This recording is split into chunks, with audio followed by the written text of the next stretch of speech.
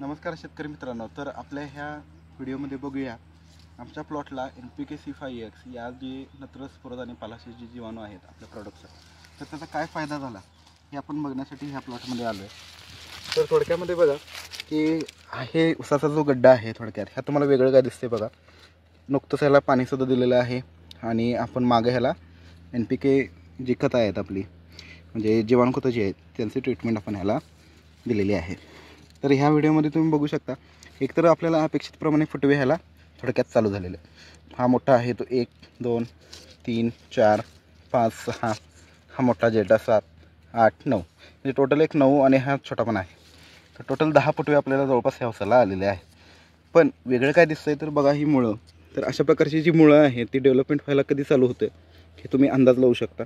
असं नॉर्मली मुळं तुम्ही ऑब्झर्व करता का तुमच्या पिकामध्ये?